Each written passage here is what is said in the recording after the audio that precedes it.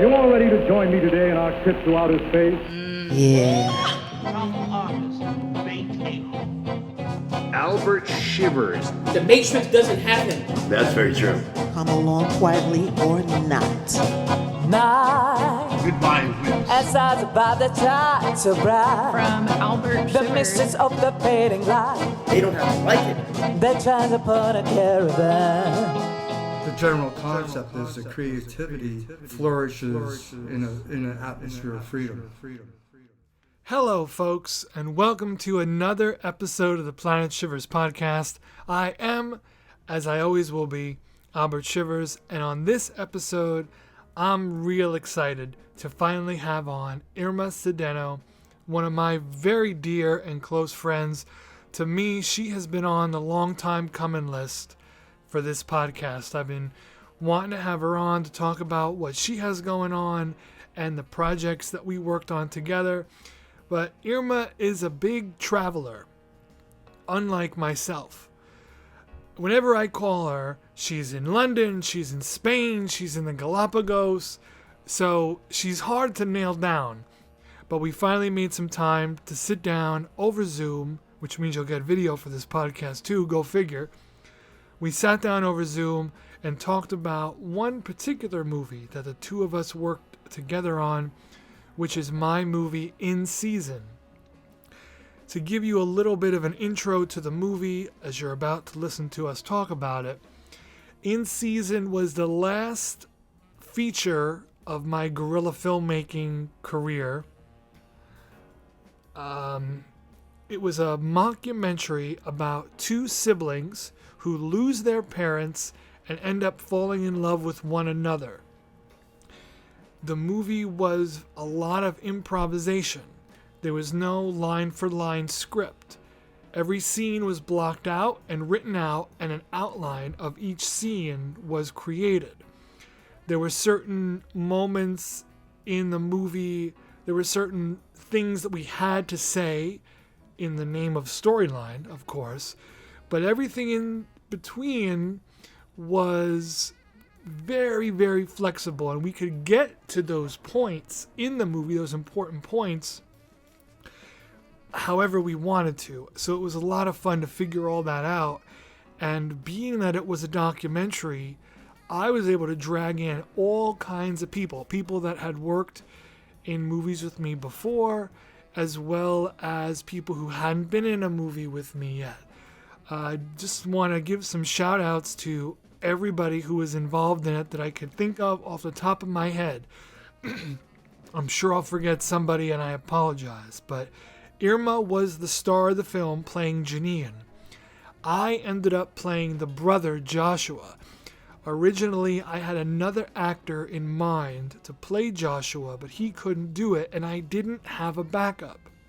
Now, when you're doing films the way that I used to do them, nobody was getting paid. I gave the official empty okie doke of I'll give you all the credit and all the IMDb and all the reels and all that crap.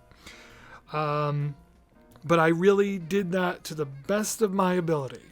And the one thing I always did is you never left filming hungry. I made sure to feed everybody because of the fact that nobody was really paid.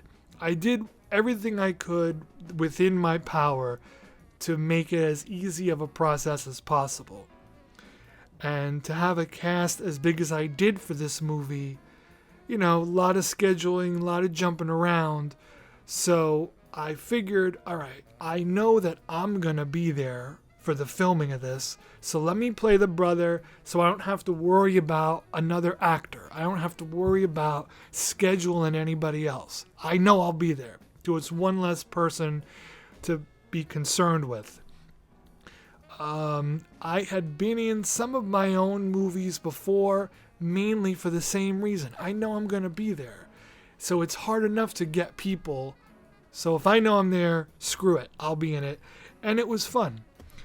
Also in the movie, so first off, behind the camera, this movie was filmed by myself a little bit, as well as Mike Strunk and John Young. I met John in my previous movie, Meet Vanessa. His wife, Mercedes, was in the movie. She played Vanessa's mother. And when we met to talk about that role, John expressed to me that he was interested in filming.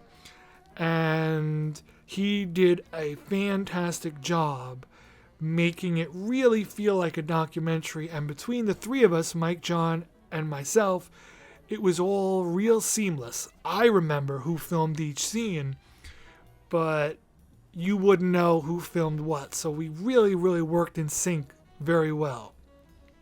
Like I said before, Irma Cedeno played Janine, the sister, who really is the star and the main character of the movie. I played the brother Joshua. Amber Trunfield played our third estranged sister, Leah. Oh, almost forgot.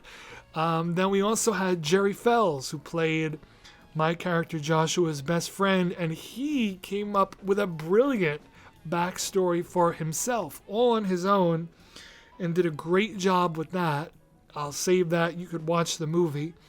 We also had Ella Steinbeck, who became a friend of mine and was in other movies, and she's been on the podcast a few times as well.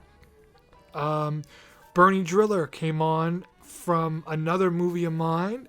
He played our uncle. We also had a real-life Rabbi B.B. Melman in the movie, as well as Anissa Smith, Jillian Reinhardt, Stephanie Cariffi, which was fun to have her back in the movie, and Anissa played Vanessa in Meet Vanessa. So it was so great. So many cool people in the movie that even if it was just a small little portion of them being interviewed, it was cool to have people in the movie, and there were a lot more. The names are escaping me at the moment. There's going to be little clips. If you're watching this on YouTube, there will be some clips. This will be one of those podcasts where the YouTube version and the audio podcast, if you're listening on a phone or on a podcast app, the two are going to be a little bit different. So I definitely recommend keep listening if you're listening, but hop over to the YouTube version too and check that out. I also want to talk about Irma herself a little bit. She studied acting growing up, but nowadays she owns her own clothing line called Main Couture. I recommend you go check that out. And she is also a very, very successful language teacher and runs her own language business called Diaphano. Good Lord, I hope I said that right. But I'll put it in the underneath. You know, you'll find it if you're interested in learning Spanish or any other language. And Irma and I have worked together on those things as well. And she's a fantastic friend who I'm very, very lucky to know. Before I move on from the movie, I just want to also let you know that there are some spoilers that we talk about in this podcast. So if you have an interest in seeing the movie and you don't want it spoiled, the movie is on YouTube. It's in season. I will put a link for that also down below, amongst all the other things. Real quick, a little bit of what's cooking with me. I got a new art show at Gamut Art Gallery on March 11th is the opening. That's a Saturday, but the show goes on until May. Gamut Art Gallery is open every weekend, Saturday and Sunday, from noon to 6, so you could check out the show any weekend up until May. But my bony behind will be there on March 11th, so if you want to come schmooze with some art, they picked out a lot of really new stuff, so you get to see a lot of new things. And I've been keeping the lid on certain pieces to have them premiere at this art show. So there'll be things there you may have never seen before if you're following me on Instagram at Albert Shivers, or if you know the website www.albertshivers.com. I just finished my own interpretation of a piece based on the actress Myrna Loy, who was most popular, in my eyes anyway, for the Thin Man movies in the 30s and 40s. So check that out. That one I just put up on Instagram. Other than that, this past weekend, Daytona 500 weekend, I'm excited to have racing back.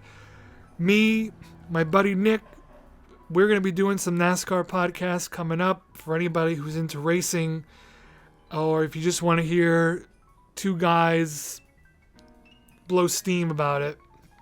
But I'm happy racing's back. That brought me up a few.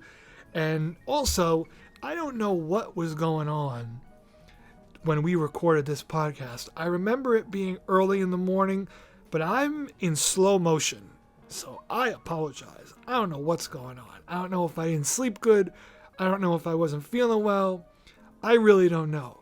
But I apologize for being such a drip in this episode, because I'm listening to myself just like, holy Christ, what did you do that morning? So there's that. That's all I got to say. I've chewed your ear enough. So I hope you enjoy my conversation with Irma Cedeno about our film, because it's just as much hers as it is mine. I might have wrote it, but she really, really put a lot of effort into this character, and she made the whole movie come to life. Without Irma, this movie doesn't exist. Whatever the universe sent her my way to be in this movie was absolutely perfect. And I'm so happy with the way it came out based on how we do it, based on how we did it. It was true guerrilla filmmaking, and that's the way to do art. That's the way to do it. But that's enough. Enjoy this conversation. I'm excited for you to hear it. And I'll talk to you on the other side of it. Come and eat at Alberta's Pizzeria, the only place for authentic Italian Jewish cuisine, home of the only Grandma Yetta pie, the best kosher pie this side of the Wailing Wall. Plus, we cater birthdays, sweet 16, bar mitzvahs, bat mitzvahs, baptisms for the goys, and we offer free sausage topping for any bris. Alberta's Pizzeria. Pizza you'll want to eat everywhere.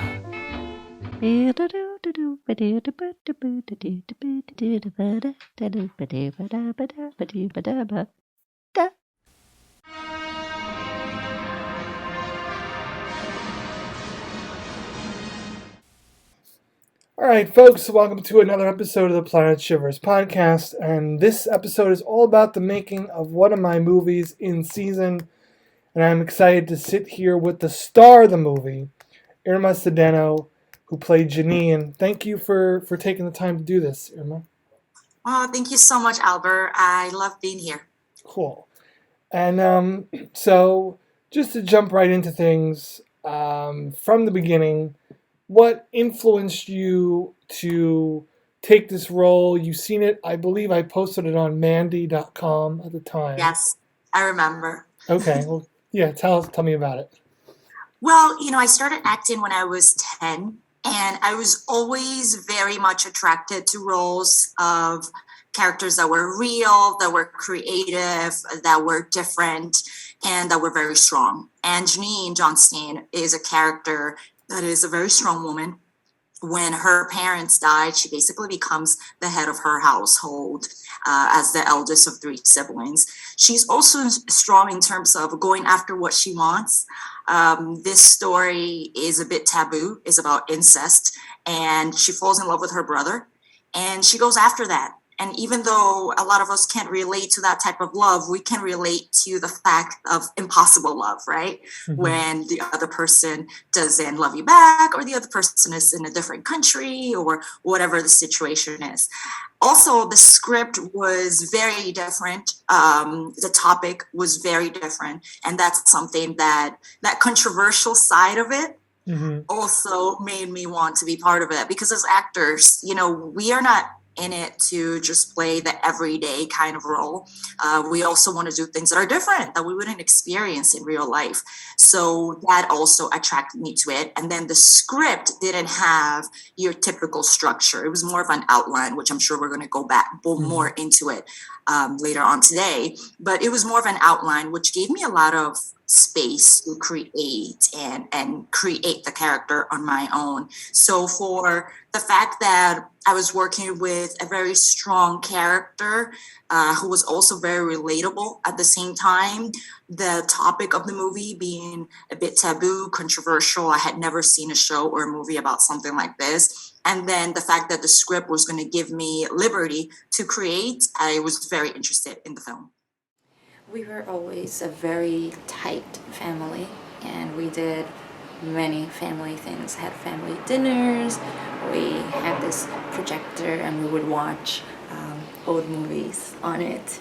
And my mother was actually extremely maternal and really took care of the home, and I take up after her. You mentioned this, that the script was more of an outline than it was a line-for-line script. Right. A lot of it, because of the documentary style of the movie, I wanted it to be as off-the-cuff feeling as possible and have that voyeuristic feel of the documentary. So rather than have us say line, and risk it being a little contrived, we had a few paragraphs for each scene, and we had to stitch that together with each take and experiment and try different things. So how was it for you as the actress in the movie and the main character to work with an outline rather than a line-for-line script? Well, I had never worked with that kind of script. I was trained in theater, and there was always improvising and all that, but generally when you were doing a show, it was highly scripted, right? So for me to get a script where you get an idea of what is going on, and there are some key points that you have to make during that scene, but you don't actually get the line, that was very different. And that was amazing to me. That was just unlike anything else I had done before, but also it allowed me to become part of this character, because everything that I was saying and everything that I was doing was kind of coming from me. So in a way, I became Janine, and it also allowed me to be more natural even. I wasn't saying a line that perhaps Irma wouldn't say in real life. I was saying things that Irma would say in real life. I was using words that I would use in real life. So that was actually one of the big highlights for me in being part of this film. Mm-hmm. How much would you say that the real you snuck in to the character?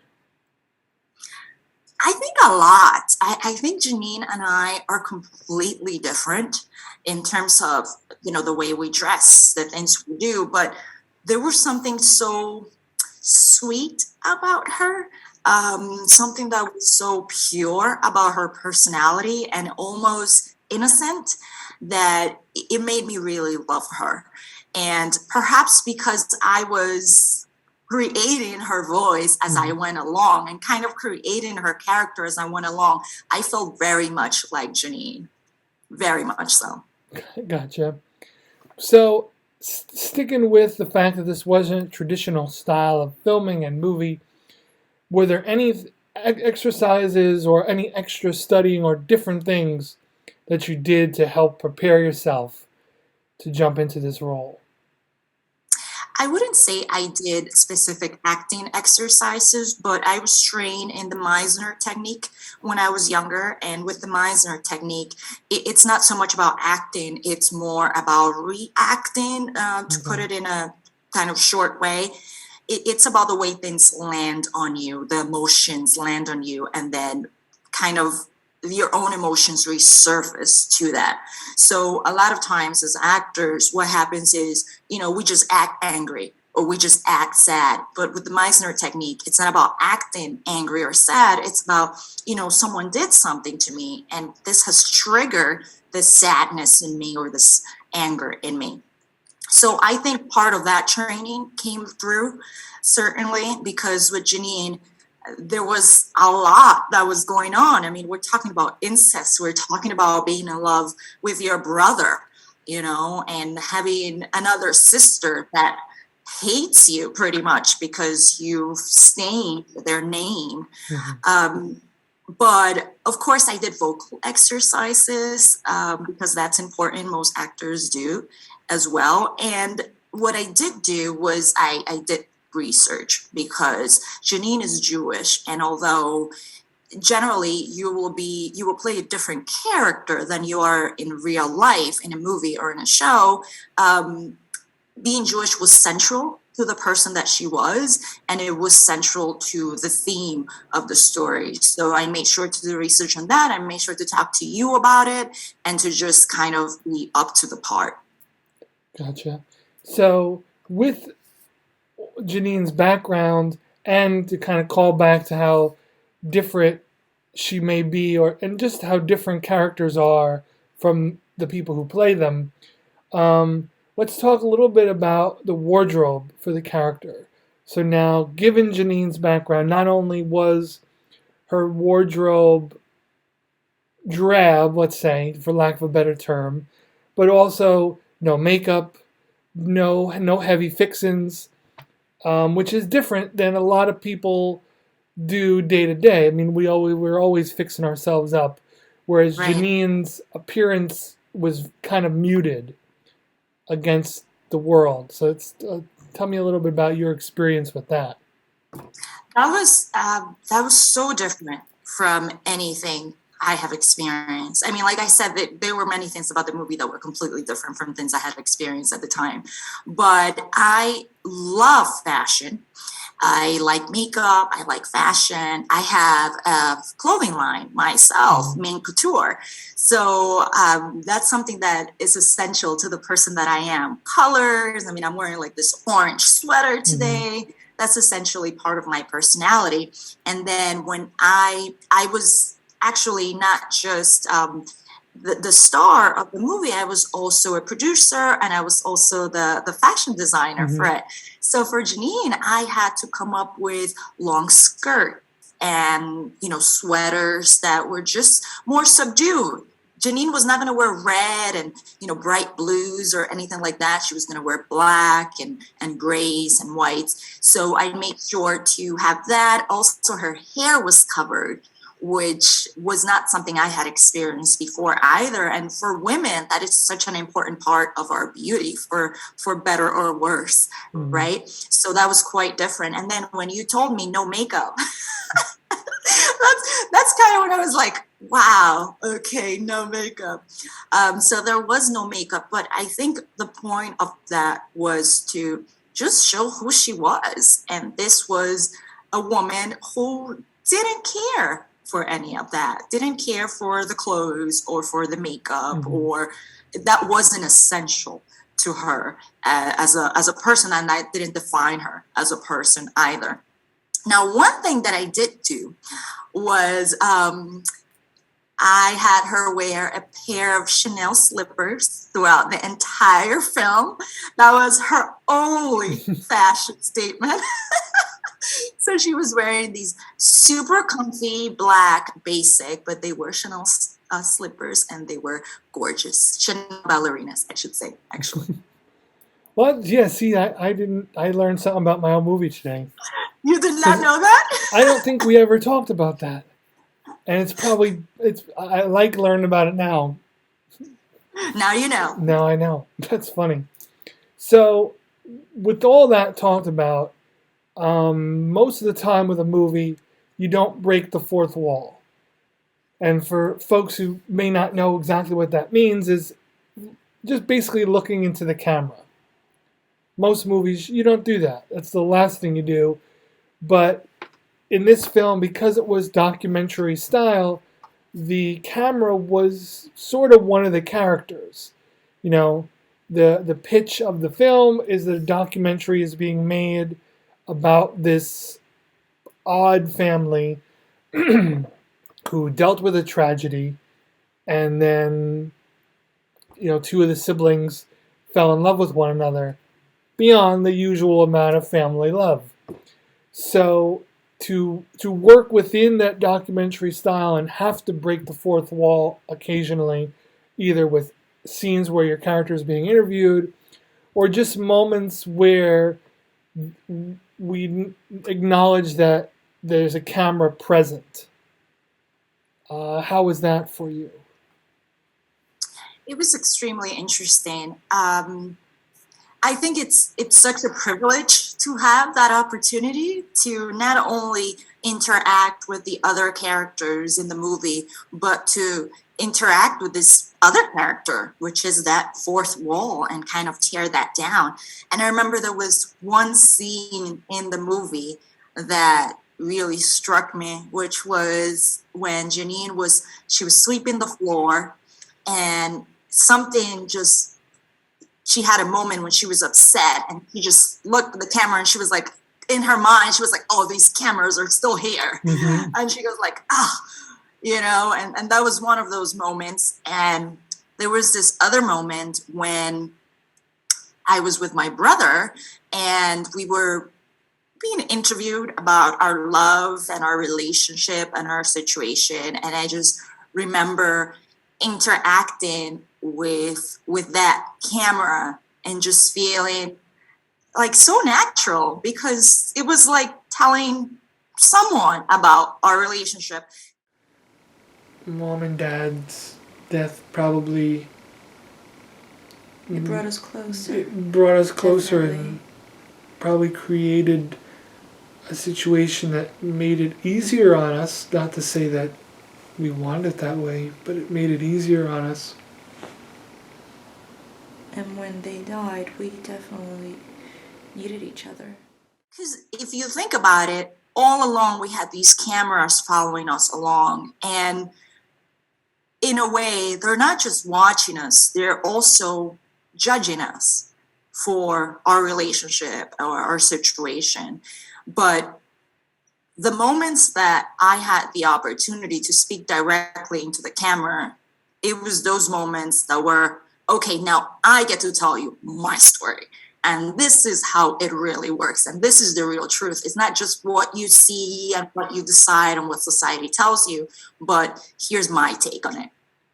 So those were great opportunities to showcase, to show Janine's real story and her point of view in terms of her side of things. Mm-hmm. And I remember specifically the scenes of you and I sitting and being interviewed about the relationship. And you're right, at that point we had filmed enough, we had gone over it, we had conversated enough about the characters where we were just able to just get there and talk about it. Right. So yeah, I think that I would say those interview scenes, those talking head type scenes, for my case anyway, helped me to understand playing the character I played, and as well as helping me understand how the rest of the movie was going to go. Mm-hmm. And it was great when we both got to talk together, because then I was able to feed off of you and kind of like look towards you and let you also give your take. So those were some of the most memorable moments for me. Cool. Yeah, me too. The whole movie was just a lot of fun. So with that, from the hour and a half of this film, Janine goes through a lot of different changes. For folks who haven't seen it, we won't spoil too much of it, but the character goes through a lot in just the hour and a half of the movie. And that includes changes with herself and changes with her relationship with her family. So how was it for you to, as the person playing this role, to get into all those different mindsets and adjust to just how much change there was in the character's life in the span of the movie? Even though I think for most of us, her situation is not a situation that we can relate to. We can relate to just the things the emotions she goes through, right? We can all relate to those emotions. And for me, so many of her changes, so many of her things were difficult in terms of, if you look at her story, you think, or at least I was thinking, this can't end well. Like there can be a happy ending to this, because it's just something so difficult to deal with, right? But I do feel like, to me, once I was in the character, I was just going with it, and it was like a natural kind of progression, all the different things that she went through. And there were moments that I wanted to like go there and kind of give her a hug, because she was a real person to me. Go there and kind of protect her, be like, oh, no matter what, it's going to be okay. It has to be okay. But adjusting to that journey of who Janine was at the beginning of the film and who Janine was at the end of the film was also my own growth as an actor, where I started versus where I ended, what I thought it was going to be versus what it was, and how similar we ended up being at the end of the day. Because at the beginning it was like, well, I've never covered my hair. I don't enjoy clothes that cover my body. I like wearing short shorts and short skirts and makeup and different things. And then that wasn't really what united us, right? What united us was our tenacity to go after something that we wanted. Even if we were going to fail in the end, we still wanted that experience. So that growth of Janine, or those changes, in a way, were also, in a twisted way, were also my own changes as an actor. Is there a place to go to have a phone? I forgot. You forgot. Well, how did it go with Leah? Did you see her? Yeah, I seen her. What did she was say? good. Well, I couldn't talk really coming back here, but it was good to see her again. And that's the shirt you wore? Yeah, this is the shirt I wore. Is that the shirt with the hole in it? What did I tell you about dressing nice? I didn't know it had a hole in it. I told you had to dress nice. Why do you always act like such a schmuck? Okay, maybe I deserve that. I know I threw a lot at you, and because of the style of the movie, we made a lot of changes on the fly. Whether it was necessary, whether it was a location, whether it was, due to our acting, something changed in the script, or we seen something that we could, like, oh, let's expand on this. And having it just be an outline gave us that elbow room to be able to play and experiment and do different things. Right. So any particular, I have a few that I want to bring up to you, but are there any particular memories of the movie in any way? Happy memories, things that may have hit you hard with the character? What are some memories and some stories of filming that stand out to you? Well, I definitely don't want to give away too many spoilers. So some of my memories are related to some of that, okay. But I'll tell you some others. I remember, for example, being trained in theater, we often say as actors that the best actors come from the theater, have a theater background. Mm-hmm. But the theater is all about also like projecting your voice, which I've always had challenges with. And not just projecting your voice, but projecting your emotions. So right. The person in the last row needs to feel that sadness, needs to feel that laughter, anything you're going through. And I think with the movie, it was all about kind of trying to keep some of those things in and allowing the audience to experience that without your quote unquote help, right. Let's say. So I just remember kind of like learning as I went along about these emotions. These are my emotions and these are Janine's emotions, and it's okay for me to hold them in. The audience will get it. Right. Another thing that happened was there were a lot of characters in this film. Yeah. So I just remember like being surrounded by lots of people and lots of laughter and different personalities and people who showed up and people who, you were interviewing in the film because it was documentary style, who had their own opinions about the relationship that we had. Leviticus 19, chapter 19, if it's incest is taboo. You judge them however you want, but they keep to themselves and they don't ask for nothing. It's not normal. There's really no room for debate there. So. How am I supposed to feel about it with my friends? It was kind of edgy, That's what I loved about it. I don't want anything to do with either one of them. They really do seem like extremely pleasant people. Yeah, we don't do that. That's not our thing. That's beyond the pale. Who's to say what's wrong? I got a pit bull collie mix at home. Should a pit bull be making it with a collie? I rest my case. It's not kosher. Yeah, it's not kosher. I've never seen anything like it. So that was interesting. And then another interesting memory was when we met the rabbi. We had a scene with the rabbi, and he was a real rabbi. Yep. So I just remember him being like, "Oh, you two are siblings. You don't really look like siblings." Mm-hmm. And we're like, "Well, we think we kind of do. We're both slim. We kind of look like siblings." So that was funny. We had a lot of interesting and funny moments like that along the film. Yeah. I could always take them out. But if you had stories that you might feel or spoil something, if you think of them, if you could tell them, and if I want, I could just move them to a different part of this the podcast or something.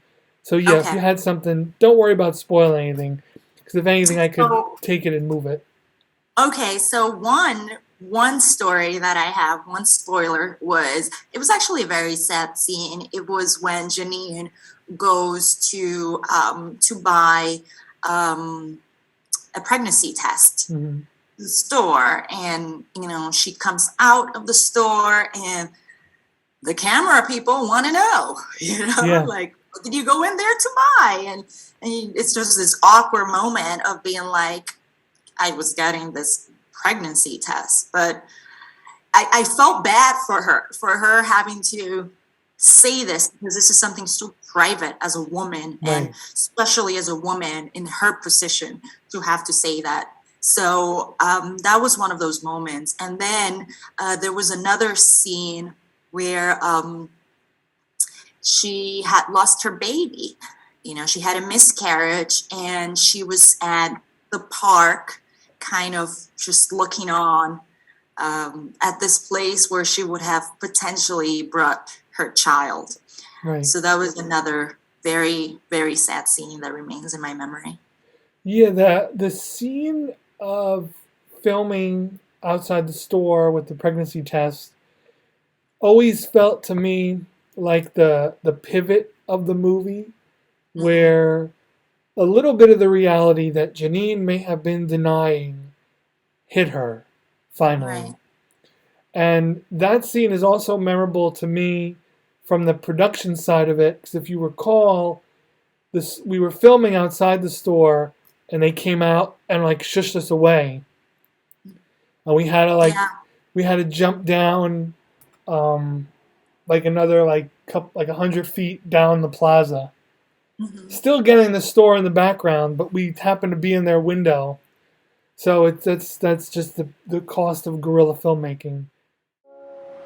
So I've come here to the store to buy a pregnancy test. Right. Somebody at some point going, get out of here.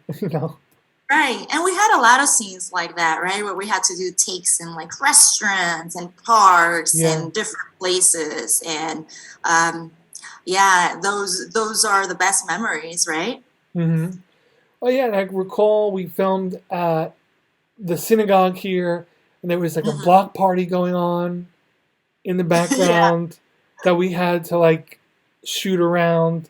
And that's, at the time, those things can be annoying, but they're fun now. When you look back, right, it was all part of the experience. Oh, absolutely. And you're right. Like, there were a lot of different people in the movie, and a lot of those people weren't, it was a mixture of people who had a background in acting and a lot of people who didn't. Mm-hmm. And it was, In Season was the biggest cast I had worked with up until that point, whether it was all of us who were in scenes together or all the different people that I had pulled in to do those one-off interviews, which were just as important to the storyline and to tie things together as it went. Right. So, and I think, yeah. And I think for me, another memory is I lived in Manhattan at the time, and I was taking the bus every weekend or every other weekend or so to Pennsylvania to film. And I just remember that summer as being the summer of In Season, right? Because I would stay at a hotel for 1-2 nights, and I would be filming all day. That's basically what I would do, and then I would go home. So that was my summer of just filming In Season. And it was great. It was a great experience. Yeah, no, I'm very familiar with that bus. So, I know. But no, I don't think I've taken that bus again. What's that? I don't think I've taken that bus again. No, because the next film I had you in, I came to you. Right, it was in New York. Yeah, so that worked out. Just in closing, In Season was, of the movies I had made, was the most successful of them. Got into... It won a few awards, right? Yep, won a couple of awards, got into a fair amount of festivals, and there were moments, one particular, I had a screening at like a community theater, and I was there. So just to be clear, I'm in the movie, play a main character, and I'll go into the whys in another part of the podcast, but I'm in the movie. So we do the screening, and afterwards they introduce me as the director. They don't say that I'm in it, but you just seen on the screen, theirs was my name. And I had people believe that the documentary was real. And that's just a testament to you and to the rest of us of how believable we made it. That even standing in front of the person who was in the movie, they didn't put two and two together. So I had a lot of questions at it, not just that festival, but a few of people like, well, where are they now? What are they doing now? And that was the best compliment. Right. That's the best compliment. The fact that here you are making a mockumentary, right? And people think it's an actual documentary, especially with a topic that's so controversial. Yeah. And that's one of the reasons why I think, because we went for a long period of time of filming where the ending of the movie wasn't concrete. We had a tentative ending that ended on a much different note than the movie does end on. And I think that the movie would have been fine had we left it. But by me dragging you back up here in the winter, pretty much, because you mentioned that we filmed towards the end of the summer. So we caught mostly summer and the beginning of fall, which worked to our advantage. But I dragged you back up here in December, I think it was, to film a new ending. And the movie had been edited, it was ready. So by tacking on that new ending did add an extra bit of realism to the movie. And you did a fantastic job at capturing where that ending needed to go, as heavy as it was, basically. Thank you. Yeah, it was a challenging movie to make, and I think as actors, that's what we want, right? We want to be challenged. We don't want to just be in our comfort zone all the time. It was challenging. It was it was interesting, it was fun, it was different. And I thank you so much for making me a part of that journey with you, because it was really the beginning of something truly unique and amazing. So thank you so much for that. No, and you're welcome, and I appreciate you being in the movie. And most importantly, I think the best thing to come out of this movie is that we've remained close friends, right, and have worked together in a bunch of different ways since, and that in and of itself has been a gift. So I'm thankful to you for that, and I'm glad we were able to stay tight after. I mean, we filmed this in 2014 and 15. Mm-hmm. So I'm glad we were able to stay tight since then and continue to work together. That's what's important. Right, in different ways. Yeah. Irma, thank you for being on the show. I've been wanting to have you on the podcast, and this was one of the best reasons I could think of to get you on, because I want to go back to these movies because they were parts of all of our lives. You for that summer, and to me, they're like little artistic bookmarks that we can look back on and have fond memories of. So I appreciate you coming on and talking about the movie. Thank you so much for having me, Albert. Thank you so much for inviting me, and thank you so much for making me part of your movie. It was fantastic. Cool. And thank you for listening to this episode of the Planet Shivers podcast. Don't forget, you could find this episode and a whole lot more on all podcast platforms and YouTube. You could check out more what I'm up to on Instagram at Albert Shivers, and of course www.albertshivers.com. It was great to have Irma on the show again, talking about the movie we did together in season.